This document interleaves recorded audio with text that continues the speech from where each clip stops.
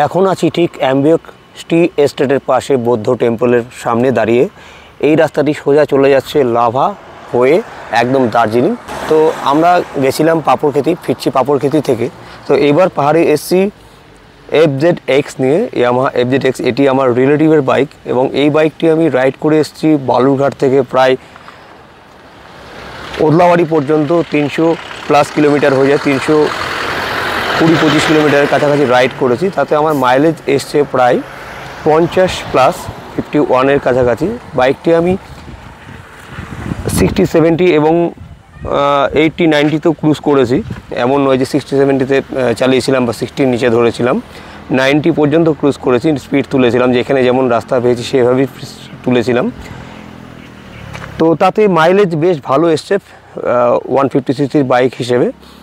50+ mileage যথেষ্ট ভালো, যেটা ক্রুজ কেউ যদি করতে চায় এই সেগমেন্টের বাইক নিয়ে, তো মাইলেজটাও যার দরকার, তাতে করে এই রকম সেগমেন্টের বাইক বা এই রকম ইঞ্জিনের বাইক নিয়ে যথেষ্ট ভালোভাবেই ট্যুর করতে পারবে, তাতে ভালো মাইলেজে চলে আসবে।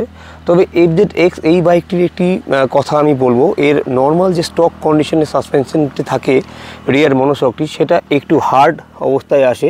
তো এই বাইকটিতে এক ঘাট জাস্ট লুজ করে নিয়েছি যাতে একটু কমফোর্টটা বাড়ে, কারণ এর সিটটি নর্মাল যে স্টক সিটটি আসে যথেষ্ট হার্ড।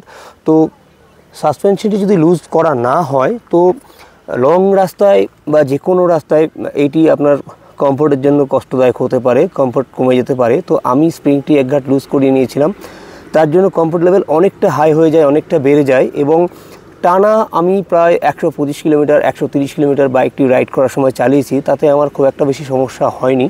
তো এরকম কিলোমিটার একটানা চলতে পেরেছি এই সাসপেনশনটি লুজ করার কারণে।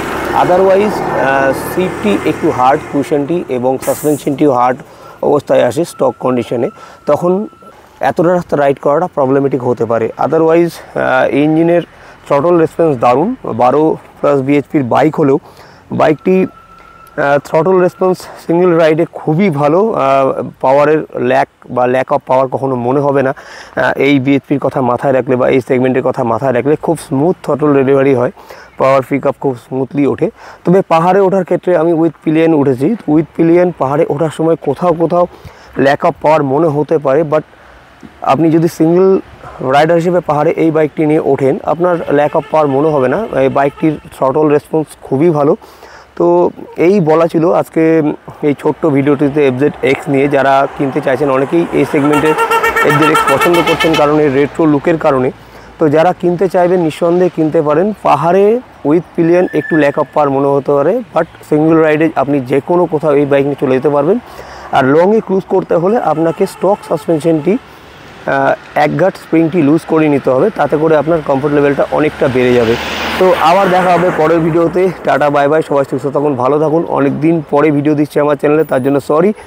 আর দেখা হচ্ছে নেক্সট টাইম।